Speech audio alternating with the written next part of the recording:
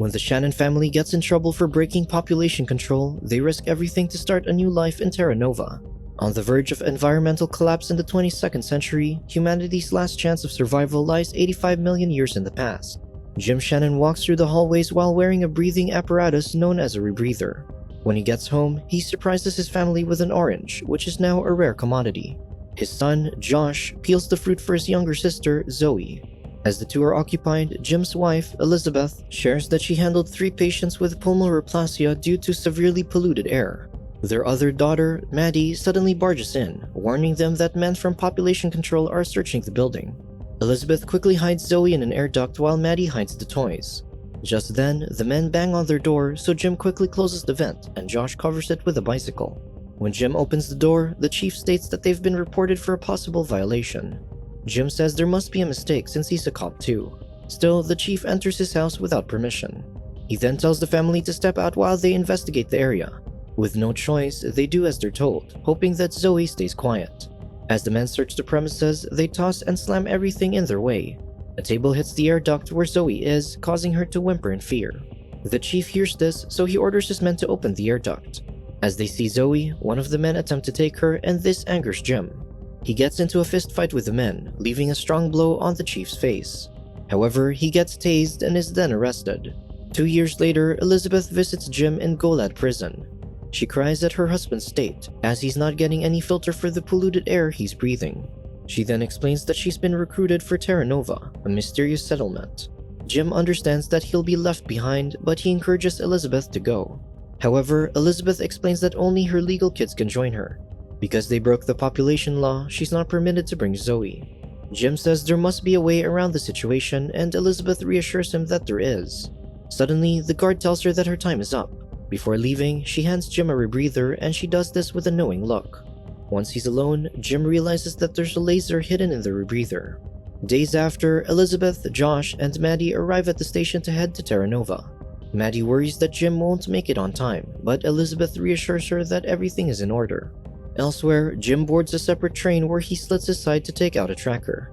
With an hour left before his family leaves, Jim finds a bag of supplies that Elizabeth left for him. Inside it is a gun, an ID, and some money. At the security checkup, Josh meets up with his girlfriend, Karina. He promises to find a way to return for her, but she says that he's going on a one-way trip. With this, she encourages him to live a wonderful life. Josh says he loves her before returning to his family. Before heading to the launch platform, the people are instructed to leave their air breathers, as they won't need them in Terra Nova. Meanwhile, Jim sneaks into one of the security gates and passes easily, thanks to the ID. After this, he meets up with a man he pays to get another bag. Elsewhere, the platform starts to open, and Elizabeth worries because Jim isn't there yet. Jim, however, gets discovered sneaking into the facility through security cameras. Meanwhile, Maddie spots her father walking toward them. Elizabeth feels relieved while Maddie hugs Jim, but he warns her not to draw attention. Just then, Jim realizes that the guards are onto him, so he exchanges backpacks with Elizabeth. Elizabeth tries to get Josh and Maddie into the portal while Jim gets interrogated by a guard. She reassures the kids that she and their dad will be right behind them, so they hesitantly enter the portal. However, the guards won't let Jim go, so Elizabeth is forced to leave without him. With his family safe in Terra Nova, Jim makes a run for the portal, punching every guard who gets in the way. Surprisingly, he makes it, and he's soon greeted by lush vegetation. However, he struggles to breathe due to the environment's abundance of oxygen. The medics try to help him, but they freak out when they see his gun. The authorities are alerted, so Jim gets protective of his family and holds out his gun. Outnumbered, Jim yields, but the Shannon family screams when the authorities attempt to stab the mysterious backpack behind him. Jim punches some of the men while Elizabeth opens the bag, revealing Zoe inside. After this, the Shannons are spared due to Elizabeth's medical background, which the colony needs. As they travel with the colony, they hear the sounds of dinosaurs from a distance. Later on, the colony finally arrives at Terra Nova. Commander Nathaniel Taylor greets them, and he congratulates everyone for arriving safely. He announces that they're at the dawn of a new civilization, away from greed, war, and ignorance. After this, Taylor summons Jim and Elizabeth. He knows that Jim is a fugitive and that they have a third child. Jim tries to take the blame for stowing away to spare his wife, but the commander reveals that he doesn't care about population loss from another time. Instead, he cares about each individual's usefulness to the colony. After sending Elizabeth back to their children, Taylor wonders what to do about the fugitive. Jim suggests letting him do what he does best as a cop, but the commander assigns him to agricultural duty. Later on, the Shannons arrive at their new home. The kids immediately pick their rooms, but Zoe complains about not having one. Jim reassures her that they'll figure something out, but the little girl barely reacts. Jim realizes that Zoe doesn't remember him since she was 3 when he went to prison. He teases her about forgetting her name, then introduces himself as Alfredo, but Zoe corrects him that he's her dad. Touched, Jim then kisses his daughter's forehead. The Shannon family is happy to be reunited, except for Josh, who's still spiteful of his dad for punching an officer and getting himself arrested. However, Jim argues not to fight about the past because they're starting anew. Meanwhile, Zoe wanders alone and sees a Brachiosaurus, which she feeds with some leaves. When her family finds her, they get amazed upon seeing the majestic creature. The next day, Josh complains about the drink that they must consume for the next 3 days. Maddie explains that their bodies are not ready for real food yet. After this, the kids head to the orientation, while Elizabeth heads to the clinic and Jim to the agricultural section. On their way, Maddie sees the probe that first discovered the time fracture, which led to Terra Nova's discovery. She explains that Terra Nova existed in a different time stream. Therefore, anything they do there can't affect their future. Uninterested, Joe wanders off and leaves Maddie in charge of Zoe. Meanwhile, Jim starts his job by clearing the large vines on a fence. As he does, a giant centipede crawls on him, making him fall. Embarrassed, he plays it cool for the passerby. At the farmer's market, Josh meets a girl named Sky. She helps him open a fruit he bought, but he finds the taste unappealing. Josh asks what there's to do in Terra Nova, and Sky replies that it depends on how close to the edge he'd like to walk. With this, he follows Sky but bumps into Jim, who asks why he isn't attending the orientation. He grabs Josh's arm, telling him to go where he needs to be. However, Josh yanks his arm back and yells at his dad to not boss him around. He then goes with Sky, leaving Jim stunned. Later, Josh meets Sky's friends, Tasha, Hunter, and Max. They've been in Terra Nova since they were kids and have jobs that allow them to live together in one house. As the group talks in their own lingo, Josh can't help but feel out of place. Max invites the group for an OTG, and although he doesn't understand, Josh goes with them. Meanwhile, Jim and Elizabeth talk about Josh's behavior. Elizabeth tells her husband to go easy on their son since he's been through a lot. She knows Josh misses him, but some patience is necessary. Elsewhere, Josh follows Sky as she leaves Terra Nova's gates. Wanting to fit in, he follows her and they meet up with the others. Josh finally asks what OTG is, and Sky explains that it means outside the gates. After this, they ride off in a rover and reach the waterfalls. Sky suggests going through the shortcut, but the rest go on to hike.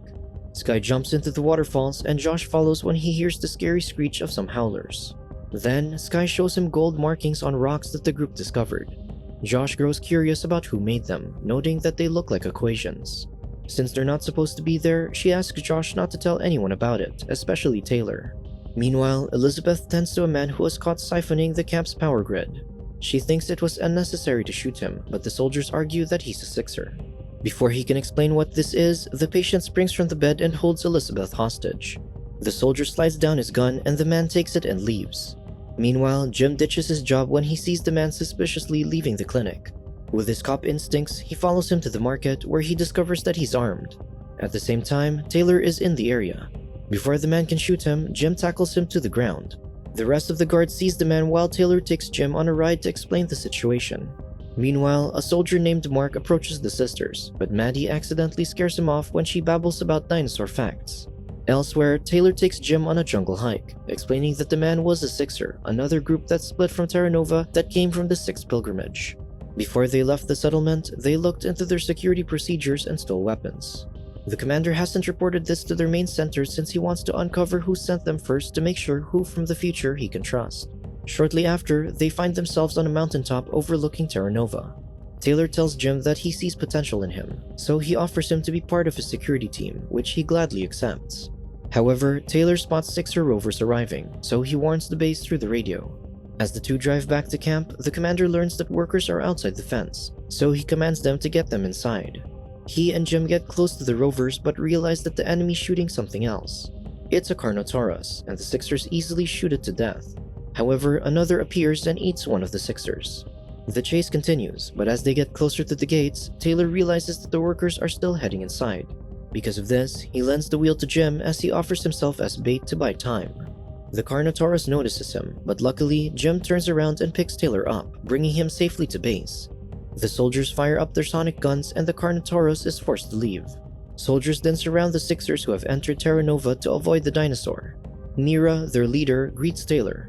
Having inside men in Terra Nova, she knows that one of her men, Carter, is imprisoned. Mira offers meteoric iron to Taylor in exchange for Carter, medical supplies, and ammo. Taylor agrees to all except for the ammo. After this, Jim meets up with Elizabeth and his daughters. He tells Elizabeth that he's a cop again, and this seems to worry her. In the jungle, Sky and the rest drink moonshine made from fruits, which are part fruits and part nuts.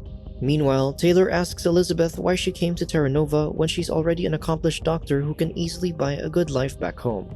She replies that she wants her children to be part of something that has a future. Taylor says he felt the same way when he brought his son to Terra Nova. Curious, Elizabeth asks about him, and Taylor shares that he went missing years ago, but he hasn't given up on finding him. In the jungle, Josh apologizes to Sky about the previous incident with Jim. Sky asks if they don't get along, and Josh replies that they're just different. He rants about how his dad broke every rule to get to Terra Nova, and now he dares to tell him what to do. However, Sky points out that he's no different because he just ditched orientation to go with some strangers. Hearing this, Josh chuckles awkwardly. Meanwhile, Mira and the Sixers are on their way home with Carter. They pass by the teen's rover, so they retrieve the power supplies from it. Two of her men do the job, but one hears something from the bushes. Just as they're about to leave, a creature slashes one of the men's bodies. The creature's roar reaches Josh and the others, so they quickly pack up. Meanwhile, Taylor shows Jim the footage of the teens who stole her rover and snuck outside the gates. When Jim sees Josh, he immediately gets to work. He quickly packs his gear at home, and when Elizabeth hears about what happened, she insists on going with him. She also blames Jim for Josh's rebellious behavior. Meanwhile, Josh and the others get to the rover, but they find that the power cell's been removed. Across the river, they see a Sixers rover, but Max conveniently finds the bag where their power cells were stored. However, they see a pool of blood, and the creature roars from afar. Realizing that it's a bloodthirsty slasher, the group runs to the rover. They get greeted by an injured Sixer named Drake, who, for some reason, Sky knows. He refuses to let them in, but they force themselves inside just before the slasher attacks. Max tries to start the vehicle, but Drake claims that the power's dead when the slasher crushed it. As they wait for the creature to leave, Sky asks Josh to tend to Drake's wound. Elsewhere, the search party begins its operation. Taylor consoles Jim and Elizabeth about their son, promising that he'd survive the jungle just as he did for 118 days. Suddenly, they hear Hunter call for help on the radio. He reports that they're outside the perimeter with a broken rover and surrounded by slashers, which have already multiplied. Suddenly, the slashers start ripping the rover apart, so Sky and the rest shoot them. The slashers disappear, but Sky notes that they'll regroup and return. Wanting to make a run for it, Tasha grabs a gun and leaves the rover. The rest tries to stop her, but as she runs, she faces the slasher. In camp, Mark checks in on the sisters. As he's about to leave, Maddie asks him to stay since Zoe's scared. Elsewhere, Taylor and the rest discover Tasha badly wounded. Elizabeth tends to her along with Tasha's father, Guzman. After seeing her wet clothing, Jim realizes that Tasha and the rest went through water. Taylor adds that there's a stream ahead, so the search party resumes the mission while Elizabeth and Guzman stay with Tasha. Before leaving, Elizabeth apologizes for blaming Jim earlier. Meanwhile, Sky tells the group to distract the slashers while Max installs the power cells in their rover. While preparing, Josh tells Sky that he has good leadership skills, and she replies that she got it from her dad, who was Taylor's colleague. However, both her parents died from syncelic fever. Suddenly, Guzman calls Taylor about taking Tasha back to the camp for surgery. He adds that Mira is in their range since he picked up her radio signal. Meanwhile, the slashers attack the rover again and one grabs Hunter. Josh and Sky exit the vehicle and start shooting while Max retrieves Hunter, whose leg was bitten. Max and Josh attempt to fix the rover while Sky stays with Hunter. It doesn't take long for them to run out of ammo while Max gets attacked. Thankfully, the search party arrives to save them. When the coast is clear, Taylor and Jim look for Drake, but he's gone. Taylor figures that Mira came for him. After this, the injured kids are brought to the infirmary. Meanwhile, Josh reconciles with his parents while Sky watches them. Later, Sky apologizes to Taylor about the incident. He lets it pass but asks if they went to the waterfalls. She says no, and Taylor replies that it's good since they could have gotten into treacherous waters. Meanwhile, Mira discovers that the kids have seen the gold markings. Taylor's son created those to show his dad that he's closer to finding the true purpose of Terra Nova's existence. Mira notes that by controlling the past, they control the future, and the markings are the key. Elsewhere, Zoe sees the moon for the first time. Elizabeth holds Jim's hand, and the Shannons stare at the sky, unaware of the dangers behind the supposed paradise they got themselves into. Subscribe to watch more videos like this, turn on notifications and leave a like to help the channel out. Thank you for watching.